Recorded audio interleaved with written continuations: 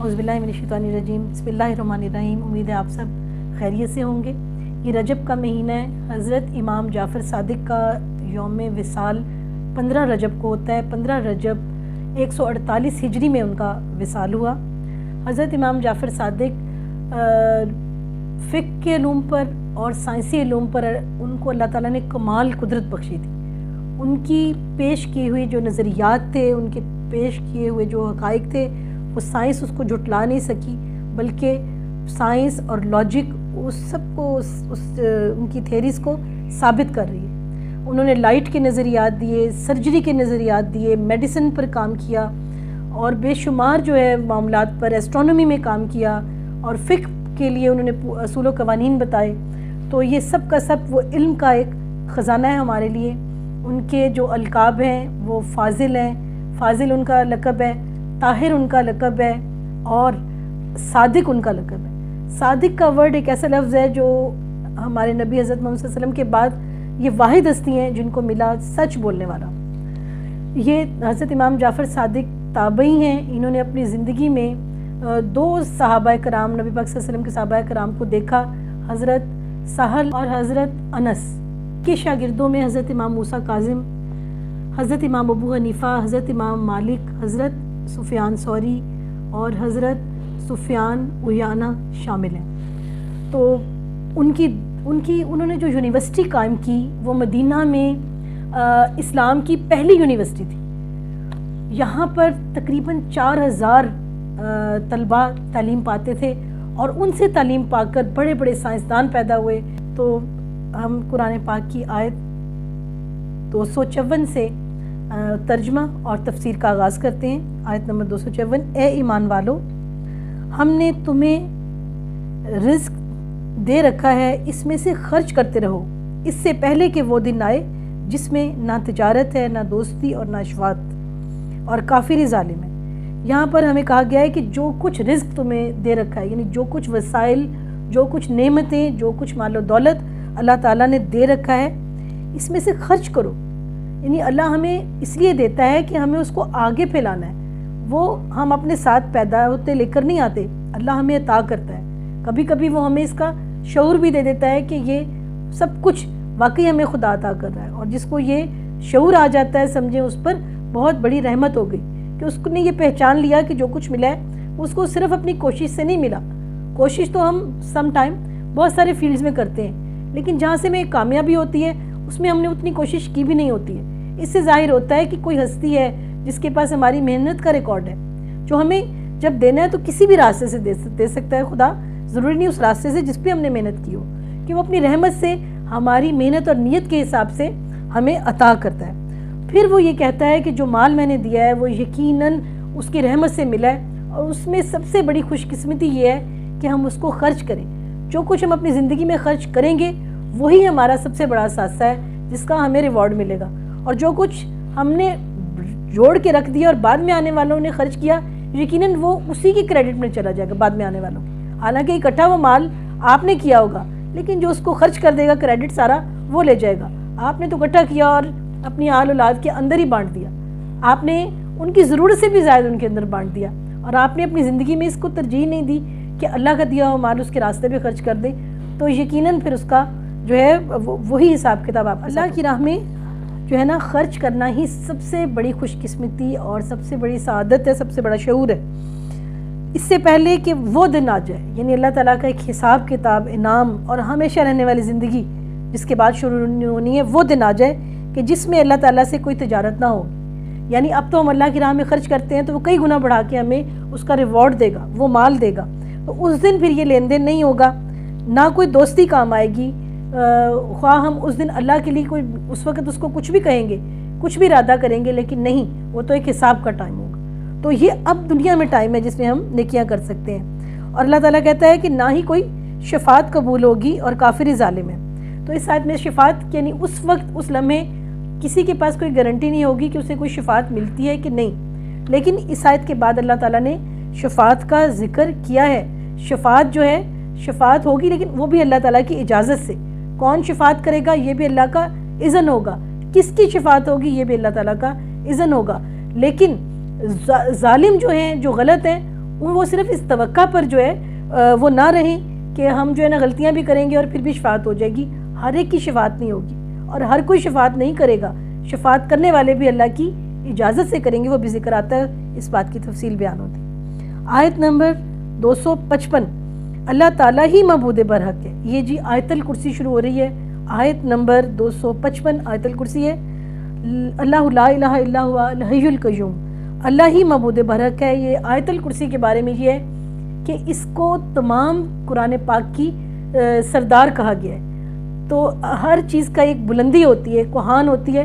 تو نبی پاک صلی اللہ علیہ وسلم کی حدیث کے مطابق سورہ بقرہ قرآن پاک کی بلندی ہے, قرآن پاک کی کوہان کی طرح ہے. اور سورہ بقرہ کی سب سے بڑی آیت جو سورہ بقرہ کی آیتوں میں سب سے زیادہ عظمت والی ہے وہ سورہ بقرہ ہے. اس طرح سے قرآن پاک کی جو سب سے بڑی عظمت والی آیت ہے وہ آیت الکرسی. تو اس طرح سے قرآن پاک کی سب سے بڑی سورہ بقرہ کی جو آیت ہے آیت الکرسی, وہ قرآن پاک کی سب سے بڑی آیت ہے, تمام آیتوں کی سردار ہے. یہ ایک آیت ایسی ہے کہ جس میں اللہ تعالیٰ کے 5 اسم اعظم آتے ہیں اور اس میں اللہ تعالیٰ کی 26 خوبیاں بیان ہوتی ہیں. تو اس کا آغاز ہی اللہ سے ہوتا ہے جو کہ اسم اعظم ہے, اللہ کا ذاتی نام ہے. اللہ تعالیٰ ہی معبود برحق ہے. اللہ لا الہ الا هو الحی القیوم. لا الہ الا اللہ دیکھیں, اللہ کے فوراً بعد لا الہ الا اللہ آتا ہے, لا الہ الا هو آتا ہے. اور جو سب سے افضل ذکر ہے الحی القیوم, یعنی یہ وہ اسم اعظم ہے اللہ تعالیٰ کا کہ جس سے دعائیں قبول ہوتی ہیں. جنگ بدر کے موقع پر نبی پاک صلی اللہ علیہ وسلم نے جو دعا مانگی, یا حیو یا قیوم برحمتک استغیث, جب بڑے سخت حالات تھے تو انہوں نے یہ اسم اعظم اپنی دعا کی قبولیت کے لیے استعمال کیا. حضرت انس روایت کرتے ہیں کہ وہ نبی پاک صلی اللہ علیہ وسلم کے ساتھ تھے, تو انہوں نے ایک شخص کو یہ کہتے ہوئے سنا, یا بدیع السماواتی یا حیو یا قیوم انی اسألوک, یعنی کہ اے تمام آسمانوں کو عدم سے وجود میں لانے والے, اے زندہ اے قائم رہنے والے, میں سوال پیش کرتا ہوں, یعنی میں کچھ مانگتا ہوں. تو اس پر نبی پاک صلی اللہ علیہ وسلم نے کہا کہ اس نے وہ اسم اعظم استعمال کیا ہے جس سے دعائیں قبول ہوتی ہیں. تو اس کے بعد جو ہے جو زندہ ہے اور سب کا تھامنے والا ہے, یعنی حیو یا قیوم ہے وہ, کہ وہ زندہ ہے یعنی اس کو نہ اونگ آتی ہے نہ نیند, اور وہ سب کا قیوم ہے یعنی پوری کائنات زمین و آسمان کو قائم و دائم رکھنے والا ہے. نہ وہ اس کام میں تھکتا ہے اور نہ یہ اس کے لیے مشکل ہے, جس نے پوری دنیا کو قائم رکھا ہوا ہے اور اس میں کوئی بریک نہیں, جسے نہ اونگ آئے نہ نیند. اس کی ملکیت میں زمین اور آسمانوں کی تمام چیزیں ہیں. آپ دیکھیں یہاں زمین کا سنگولر اور آسمان کے لیے پلورل ورڈ یوز کیا گیا ہے, اور سائنس نے ثابت کیا ہے کہ آسمان کائنات کی ایک تو مختلف اس کی ہیونز کی 7 بڑے گروپس ہیں, اور خود یہ جو آسمان ہمارے اوپر ہے اس کی 7 تہیں ہیں, 8ویں نہیں ہے, یہ 7 لیئرز میں ڈیوائیڈڈ ہے. اور زمین اپنی نیچر میں ایک ہی ہے, زمین کی تہیں پھر آگے 7 ہے, اس کا بھی ذکر ایک اور صورت میں ہوا ہے. کون ہے جو اس کی اجازت کے بغیر اس کے سامنے شفاعت کر سکے. دیکھیں یہاں وہ آیا ہے کہ اس کی اجازت کے بغیر کون ہے جو شفاعت کر سکے. اگر آپ اپنی زندگی میں سوچتے ہیں کہ کوئی ہستی, کوئی یہ سوچ لگا لیتے ہیں امید کہ یہ میرا شفاعت کر دے گا, تو یہاں خدا کہہ رہا ہے کون ہے جو اس کی اجازت کے بغیر شفاعت کرے. یعنی شفاعت کا اذن, اجازت بھی خدا کی طرف سے ہوگی. تو اس میں احادیث سے ہمیں پتہ چلتا ہے کہ شہداء, انبیاء, رسول, صالحین جو ہیں ان کو شفاعت کی اجازت ہوگی, شفاعت کریں گے, لیکن اس میں بھی اللہ کا اذن ہوگا, اللہ کی اجازت ہوگی. اور یہ بھی شفاعت ان کی ہوگی جن کے نیکیاں گناہوں سے کم ہوں گی, اور جن کو اس وقت جو ہے نا اس رحمت کی ضرورت ہوگی, اور وہ اللہ اس سے جو ہے نا راضی ہوگا, اللہ اس کے اذن سے راضی ہوگا, تو اس کو پھر یہ رحمت ملے گی. وہ جانتا ہے جو ان کے سامنے ہے اور جو ان کے پیچھے ہے. صرف اور صرف اللہ ہے جس کا اتنا علم ہے کہ جو کچھ انسان چھپاتا ہے, جو کچھ اس کے اندر ہے, جو ظاہر ہے, جو کچھ ہو چکا ہے اور جو کچھ ہوگا, یہ پورا علم جو ہے یہ خدا ہی جانتا ہے, اللہ ہی جانتا ہے. وہ اس کے علم میں ہے اور کسی چیز کا احاطہ نہیں کر سکتے مگر جتنا وہ چاہے. اور انسان صرف وہ علم جانتا ہے جو خدا نے اس کو دے دیا, جس معاملے میں جس حد تک اس پر کھول دیا, اس کو جس معاملے تک توفیق دے دی, ہم صرف اتنا جانتے ہیں, اور اس کے بھی پیچھے علم ہے, اس کے بھی بعد کا علم ہے. تو خدا جتنا چاہتا ہے, جتنی ہمیں ضرورت ہوتی ہے وہ ہم پر کھول دیتا ہے. اس کی کرسی کی وسعت نے زمین و آسمان کو گھیر رکھا ہے۔ کرسی سے مراد یہاں پر قدم رکھنے کی جگہ بھی ہو سکتی ہے۔ اللہ تعالیٰ کی عظمت، اللہ تعالیٰ کا اقتدار، اللہ تعالیٰ کی بادشاہی، اللہ تعالیٰ کی عظمت بھی ہو سکتی ہے۔ اس کی کرسی نے، اس کی بادشاہت نے، اس کی وسعت نے زمین و آسمان کو گھیر رکھا ہے، اور اللہ تعالیٰ نے اس نظام کائنات کو قائم کر رکھا ہے، اور اللہ تعالیٰ ان کی حفاظت سے نہ تھکتا ہے نہ اکتاتا ہے۔ وہ تو بہت بلند اور بہت بڑا ہے۔ یہاں پر اللہ تعالیٰ نے اپنی طاقت کا، اپنی پاور کا، اپنی ذات کا اظہار کیا ہے۔ تو یہ کہا جاتا ہے کہ اگر آیت الکرسی، نبی پاک صلی اللہ علیہ وسلم نے فرمایا ہے کہ اگر آپ رات کو پڑھ لیں تو رات بھر اللہ تعالیٰ ہر طرح کے شیطان سے حفاظت کرتا ہے، صبح کو پڑھ لی جائے تو دن بھر اللہ تعالیٰ اپنی حفاظت کرتا ہے۔ اور نبی پاک صلی اللہ علیہ وسلم کی حدیث کے مطابق اگر ہر نماز کے بعد یہ پڑھی جائے تو بغیر گفتگو کے فرض نماز کے بعد اگر ہر نماز کے بعد آیت الکرسی پڑھی جائے تو جنت میں جانے سے کوئی چیز نہیں روکتی۔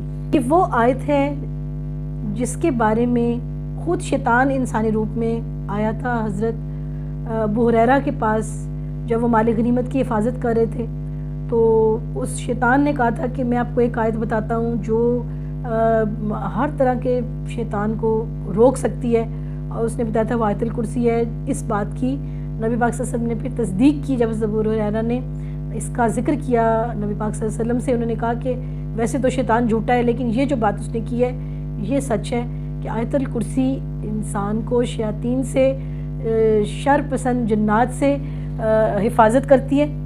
تو یہاں تک ہمارا لیکچر مکمل ہوا۔ انشاءاللہ نیکسٹ لیکچر میں آپ سے ملاقات ہوگی۔ اللہ حافظ۔